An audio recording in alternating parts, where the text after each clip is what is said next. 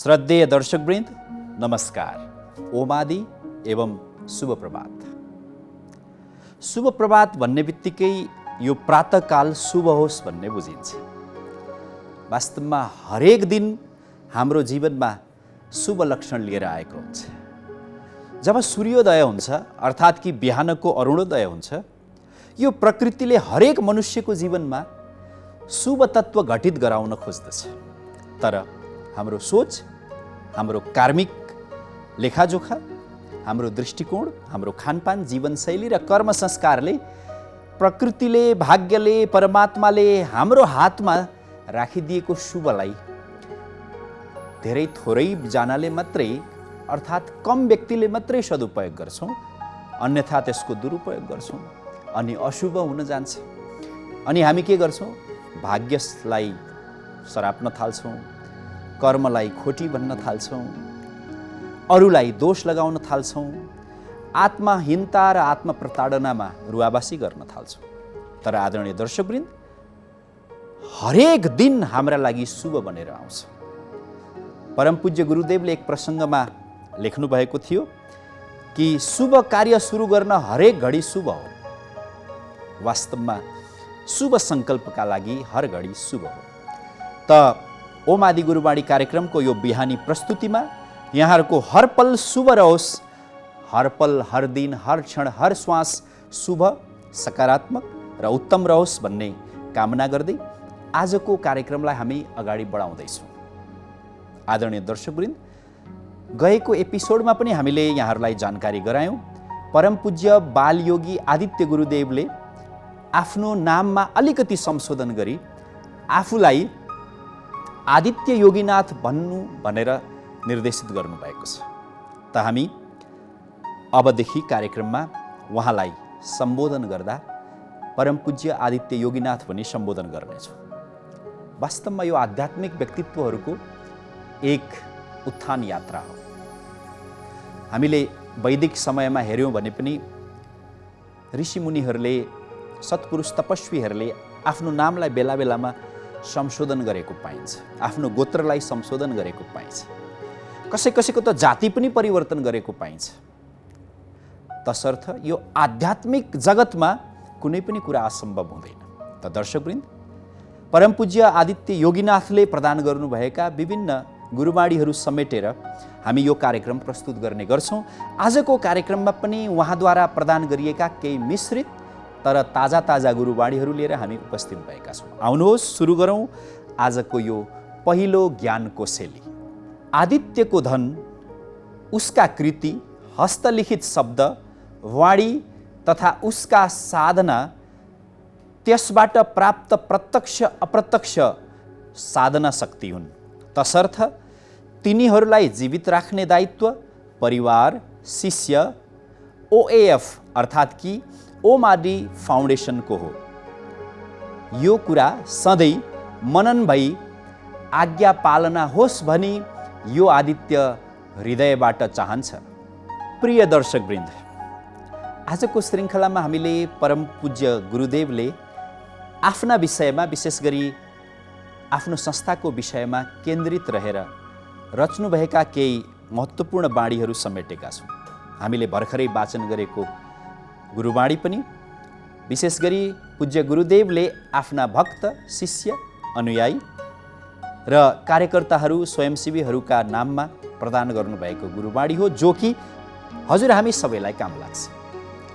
पूज्य गुरुदेवले लेख्नुभएको छ कि आदित्यको धन अर्थात् पूज्य गुरुदेवले रचना गर्नुभएका कृतिहरू, विभिन्न हस्तलिखित पाण्डुलिपिहरू, उहाँका बाणीहरू अनि विभिन्न साधनात्मक विधिहरू, प्रयोगहरू, उहाँका कृतिहरू सबै साधना शक्ति हुन्। वास्तवमा तपाईँ हामी सोचौँ, भगवान बुद्धको तस्बिर, फोटो, असली फोटो हामीसँग भएको भए तपाईँ हामी कति गौरवान्वित हुन्थ्यौँ।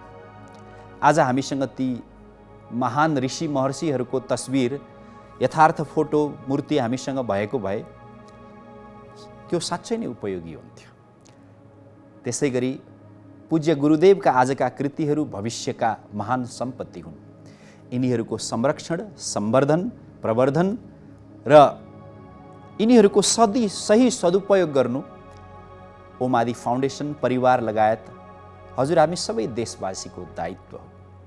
आज हामी कुनै कुनै वैज्ञानिक आविष्कारकले आविष्कार गर्दा प्रयोग गरेका प्रयोगशालाहरू हेर्नलाई हजारौँ लाखौँ तिरेर जान्छौँ सङ्ग्रहालयहरूमा।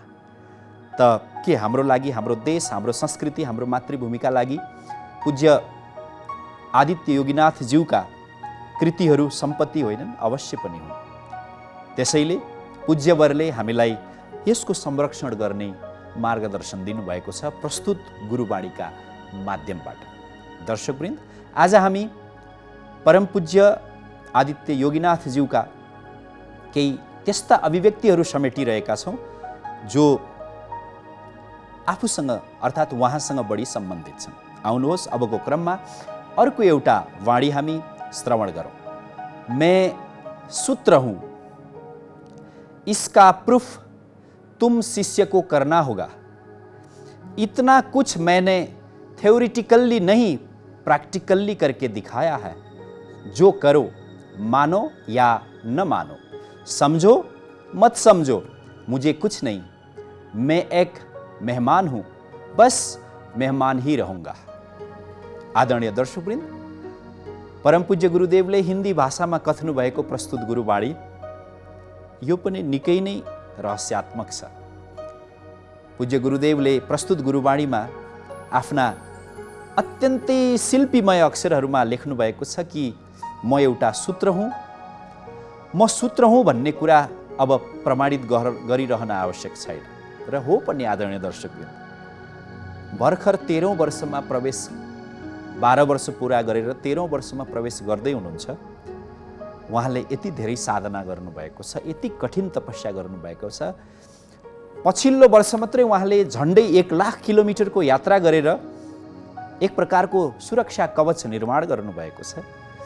चितामा बसेर साधना, श्मशानमा बसेर साधना, अत्यन्तै अदृश्य सूक्ष्म आत्मतत्त्वहरूलाई एकत्र गरेर साधना, पञ्चतत्त्वको साधना, हिउँमा, समुद्रमा, पानीमा डुबेर गर्ने साधनाहरू, कठिन कठिन साधनाहरू गर्नुभएको छ। यो वास्तवमा यति गरिरहँदा तपाईँ हामीले कुनै प्रमाण खोजिरहनु पर्ने आवश्यकता छैन र उहाँले अहिलेसम्म लेखेका पुस्तिकाहरू गणना गर्ने हो भने त्यो 4000 भन्दा माथि भइसकेका छन्। त यसले के स्पष्ट पार्छ भने पूज्य गुरुदेवले दिनुभएका सबै कृतिहरू, ज्ञानहरू हामीले खोज्नुपर्छ, संरक्षण गर्नुपर्छ, सदुपयोग गर्नुपर्छ र त्यसबाट हामीले ज्ञान लाभ, साधना लाभ लिनुपर्छ। दर्शकवृन्द, जुन कुरो हाम्रो हातमा हुन्छ त्यो हुँदैखेरि हामीले त्यसको मूल्य, महत्त्व, अनमोलता बुझ्यौँ भने त्यसको सदुपयोग गरिन्छ। होइन भने चाबी हराएपछि ताला तोड्नु बाहेक अर्को उपाय छैन। एउटा सानो दियोले, 10-20 रुपियाँको मैनबत्तीले करोडौँको हराएको हिरा मोती राति खोज्नलाई सहयोग गर्छ। सूत्र भनेको त्यही हो। सानो साँचोले ठुलो सभाहलको ढोका खोलिदिन्छ, भवनको ढोका खोलिदिन्छ। केही अङ्कले जीवनभरिको भाग्य भविष्य, जस्तो कि हामी नक्षत्र गणना र गणित ज्योतिषमा प्रयोग गर्छौँ, जस्तो कि आजभोलि कम्प्युटरको भाषामा पासवर्डले सारा रहस्यहरू लुकाएर र संरक्षित गरेर राखिदिन्छ। सूत्र भनेको त्यही हो। त पूज्य गुरुदेवले लेख्नु भएको छ कि मैले दिएका ज्ञानहरू सूत्र हुन् र म स्वयं पनि सूत्र हुँ। त दर्शकवृन्द, प्रस्तुत गुरुवाणीलाई मनन गर्दै आउनुहोस् अर्को एउटा गुरुवाणी हामी श्रवण गरौँ। आपके आगे पीछे ऊपर नीचे आपके नस नस में परमेश्वर विराजमान है। देखो ऐसे अंधे मत बनो, जागो जागो, बस जागते रहो, तभी तो मेरे करीब रह पाओगे।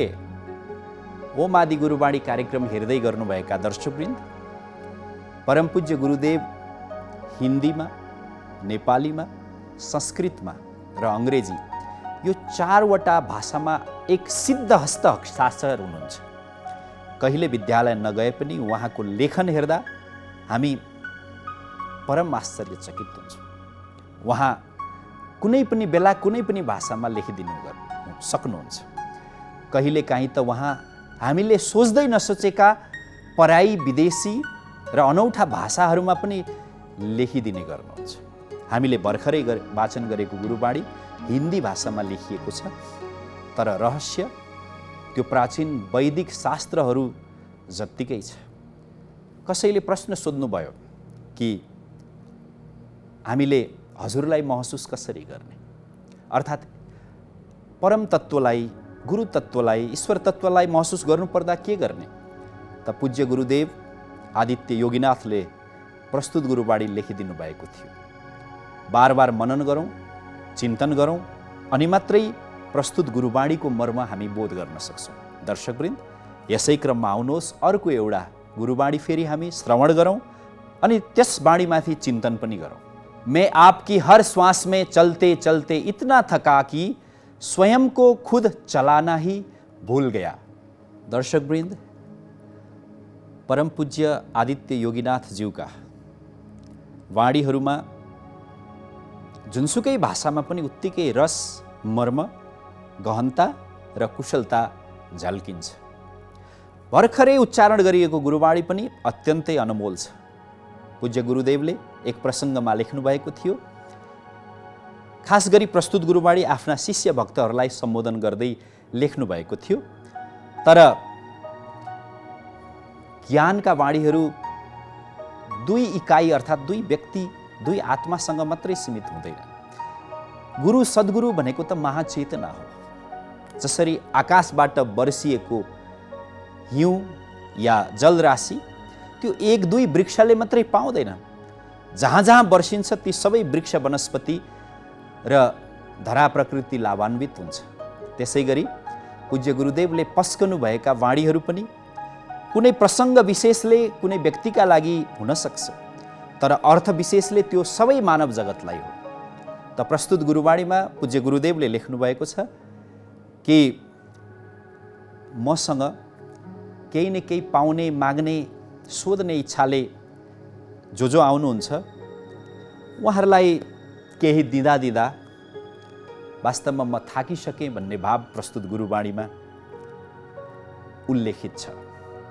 त्यसैले त उहाँ छिटो छिटो साधनामा जानुहुन्छ, विश्राम थोरै गर्नुहुन्छ।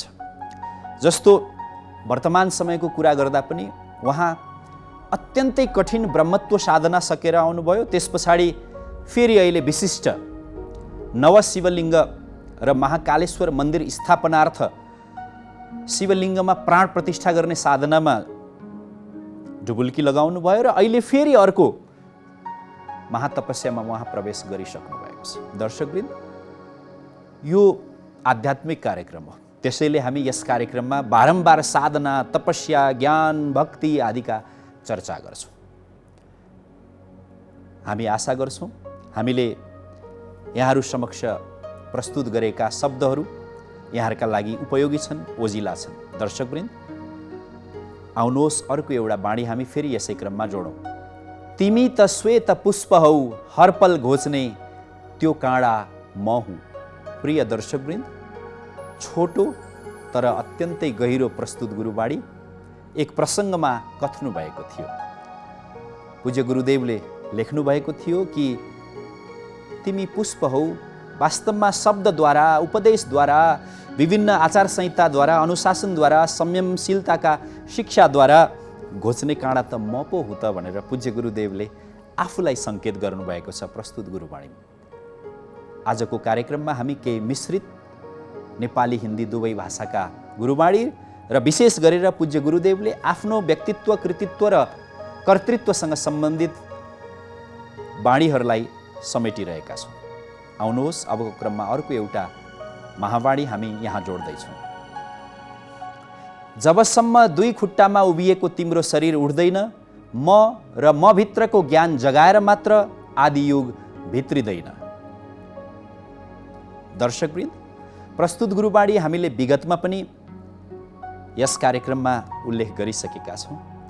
वास्तवमा यो शाश्वत गुरुबाणी हो, यो सनातन हो, सार्वभौम हो कि हामीप्रति जसले शुभचिन्तन राख्छ, सकारात्मक भाव राख्छ र आफ्नो शुभाशिष, आफ्नो शुभ भावना, शुभकामना दिन्छ, त्यो व्यक्तित्वले निरन्तर चाहन्छ कि हामी उभियौँ, अगाडि बढौँ र त्यहाँ सम्प्रेषित भएको शुभ भावना सार्थक होस्।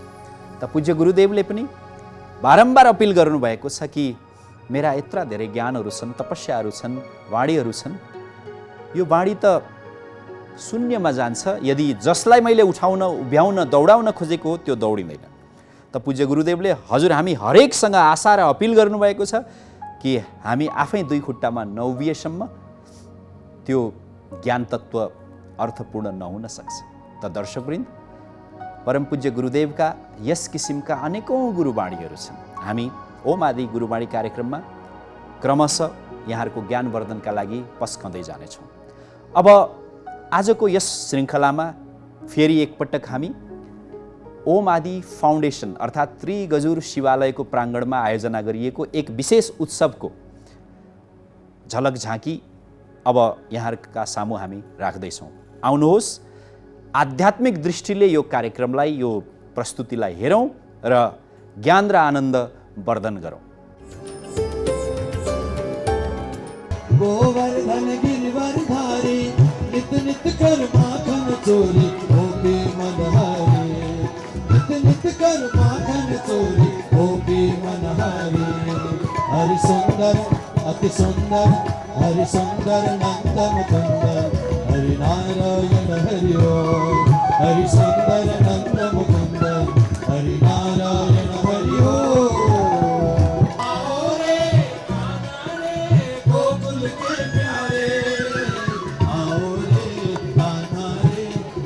बजाओ रे, आओ रे, गाना रे, बंसी बजाओ रे।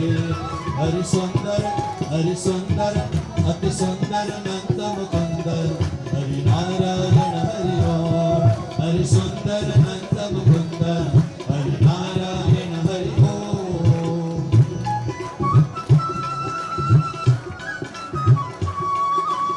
मन्द ताली बजेदेखि भगवानले वृन्दावन भिडियो हेर्नुहुन्थ्यो हाम्रो सबैको।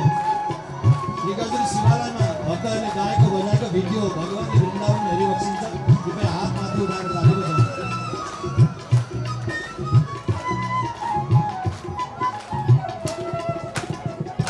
जय Shri Krishna.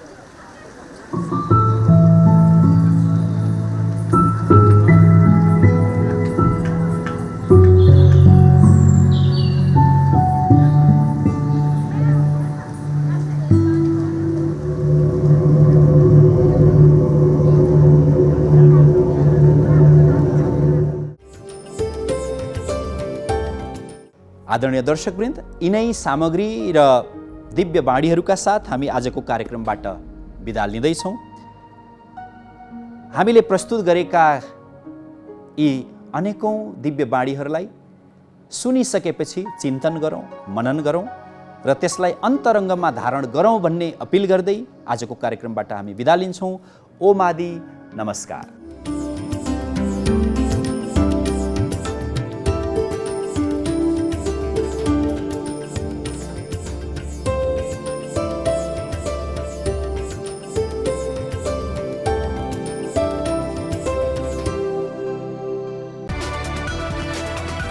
It's an AP1 presentation.